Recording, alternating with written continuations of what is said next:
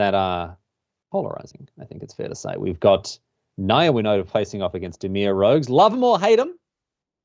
They are certainly at the top of the pile in standard. And with these players at 3 and 3, they've got to do some fancy footwork to make sure that they stay towards the, get towards, I guess, rather than stay towards the top end of town here. Yep, still plenty of matches that they can lose, technically, to be staying in this event, but this is kind of that crossing point where you never want to really have less wins than your losses here. So this is a big match to keep one of the players in a pretty good position. So yeah, this is gonna be a big one. So we've just seen Rogues played, of course, in the hands of a different Frenchman, Jean-Emmanuel Desprats. It's a deck that looks to leverage a tempo-based strategy with cheap threats, and then counter spells, removal spells, that sort of thing, to make sure that those small creatures can get across for the full 20. On the other side, I think Sebastián Pozzo playing, is it a combo deck? Kind of feels like one sometimes. Talk to us about Winota. As close as it gets, yeah. Yeah, I think this matchup for Rogues is a lot better than the matchup against Gruul. Gruul is just clothless, escape creatures, really just a ton of trouble. Winota, Rogues is actually kind of coming back into popularity to beat Winota. You just have so much spot removal, so you can really just act on your opponent's turn and just kill Winota if it comes down. And all the other creatures are less than desirable. You know, they're not that powerful coming from the Winota side, so you really just have to deal with the card in question, Winota. And you have a lot of ways to do that from the Rogues deck. So I think this one is a lot better than the match against Gruul. Pozzo does have the backup plan. You can see it there. Isika's Chariot. It's going to be jammed here, thanks to the other innkeeper here, not the Edgewall innkeeper. More than a few innkeepers in Magic these days. There really is. There really is. It looks really bad if you add the wrong innkeeper into this deck, though. It does not do as much as it does in the other adventure decks. That's for sure. No, very true. But I know that because I did that once on accident. Did you actually?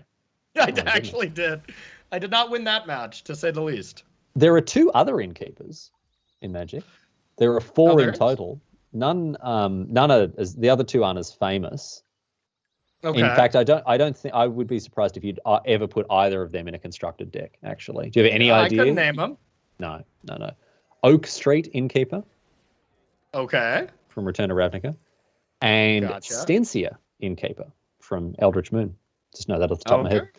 Second prospect comes down here for Sebastián Pozzo. Going to crew that as Seeker's Chariot. Get in there. Make another cat token while you're at it. Yeah, timely power word kill here. Needed to be able to deal with this Chariot. But, you know, the cats already came into play, so that will be doing some nice damage here. Makes absolutely no sense. Makes absolutely no sense. The flavor judges are tearing their hair out here. I'm going to check the rule. I need to check the wording of power word kill again. 1 second. So, 9th level enchantment. You utter a word of power that can compel one creature you can see within you to die instantly. So, a Chariot, apparently, you can just kill with a power word. Doesn't make any sense at all. Flavor judge when?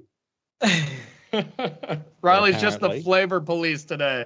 Apparently, Magic doesn't care about the rules of Dungeons and Dragons. They've got double ranges. They're power word killing vehicles. Doesn't make any sense at all, mate. Unbelievable scenes. Here's Lurrus of the Dream Den coming into the hand from the companion zone.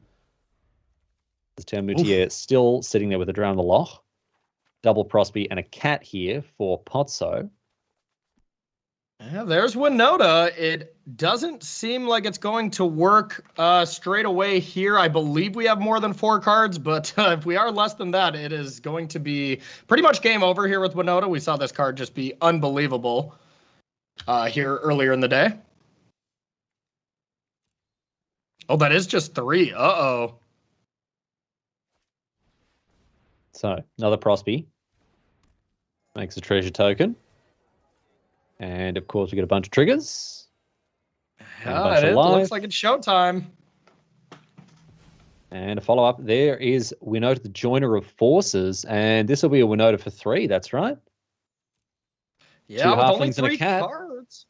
And now what do you do with this drown? Do you just drown one of the cats and hope that there's a couple whiffs? I kind of think you have to, but yeah, this is going to be bad news.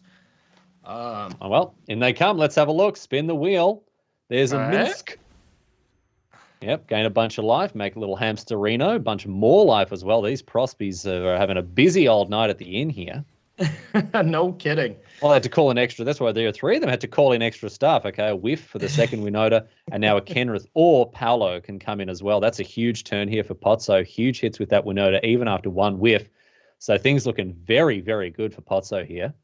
Yeah, looks like we're done here already, and that is just the product of not being able to enable Drown in the Lot. We've been talking about how insane that card is, but it does come with this little bit of liability that doesn't come up often, is when you can't enable it, it's really bad. And Winota takes the game out for Sebastián Pozzo in a very, very emphatic style. Théo Moutier's split card counterspell murder not getting the job done here. We can see the mill plan has been fully removed from Théo Moutier, removing those ruined crabs and just shaving a couple of other cards here and there. It's pretty typical of Rogue sideboarding. They tend to just take out the one-offs in order to make room for all sorts of other nonsense. We've got Timorets, we've got Crippling Fears and Extinction Events. Sorry, go ahead, Corey. Yeah, and kind of the same thing here from the Winota side, like taking off some of the really big hits, Blade Historian, Kenrith, just not really caring about those gigantic Winota turns since it's so unlikely that it's actually going to work the way it just worked, and just try to play this Ox of Agonist fair, aggressive game, and just putting a higher equity on a Zika's Chariot than Winota. We even see this by taking one of them out. It makes sense. I think it's a more reliable game plan, particularly post-board here, as the Rogues deck does adopt a slightly different posture. Not completely different. It's not transformative or anything else like that, but it does change a little bit. All right, well, here's the Ranger class. Certainly I would say... avoiding... Go ahead. I was just going to make another remark about Ranger class, but I've done it before, so you could probably say something of much more worth. Go ahead. Fair enough. I was just going to say, and avoiding the classic Forest Blade Historian combo. Whenever we've seen that card drawn, it's looked so bad when paired with a Forest, but yeah. I've been playing Historic with the, Jeskai has just got a huge shot in the arm with Archmage's Command. And every single time I draw one of my two Sacred Foundries, I'm like, why am I even trying to play this game? I'm just the stupidest person on earth, man. I'm just so dumb. I'm playing Sacred Foundry and Archmage's Charm in the same deck. What am I even doing? Yeah, very charming combo there for you. That's for sure. Here's Elite Spellbinder, the Paolo Vito Damarosa World Championship card.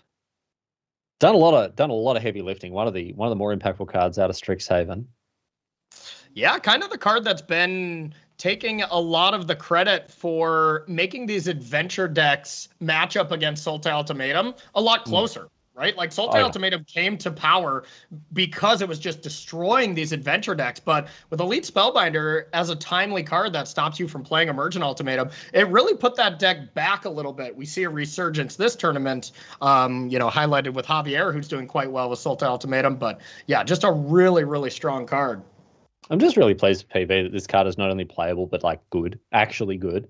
Yeah. Because we look at some of the old cards, we used to call them invitational cards, and, some of them all-timers, Snapcaster Mage, probably the top. Well, that's the thing. Even Bob's not that good. And no one plays Bob anymore, dude. It sucks. True, but it sucks. I feel so sorry for Bob Marr that, like, it's such a bad situation that Dark Confidant has kind of fallen off the face of the earth. But, Meddling Mage still sees play. Snapcaster Mage, Solemn Simulacrum has probably chump blocked more EDH damage than any other card in Magic's history.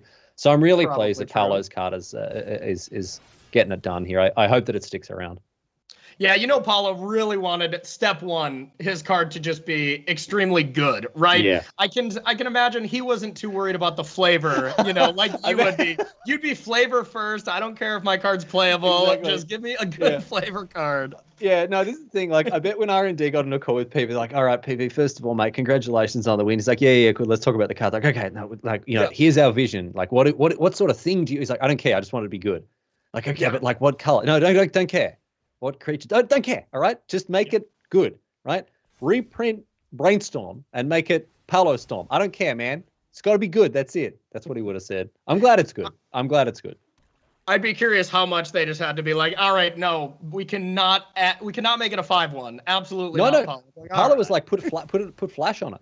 And they refused. He's like, no, put flash on it. It'll be fine. And they're like, no, we're not putting flash on it, Paolo. PV's like, no, put flash on it. Don't worry about it.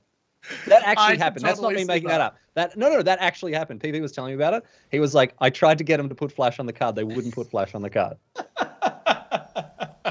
That's not a joke. This isn't a Riley jape and a jest. That's what PV actually told R&D. He's like, I want the card to have flash. I'm like, PV, I know what to tell you, man. We're not putting flash on the card. Wow, that is awesome. I'm impressed. All right, what do we think we name here? Hamster again? Is it going to be hamster? Assembly worker. All right, okay. Listen, like assembly worker's fine, but it is lazy. It's the first one, so we'll take it as you will. But yeah, it's very low hanging fruit. The assembly worker, I think. Yeah.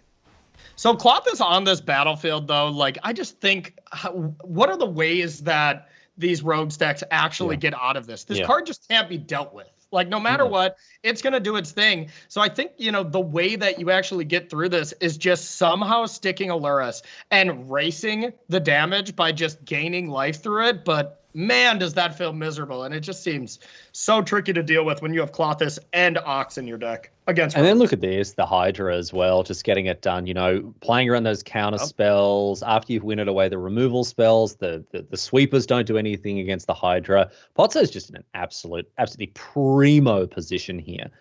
It's going to be really, really tough for Moutier to get back into this one. Really tough. Really it's going to be really tough now.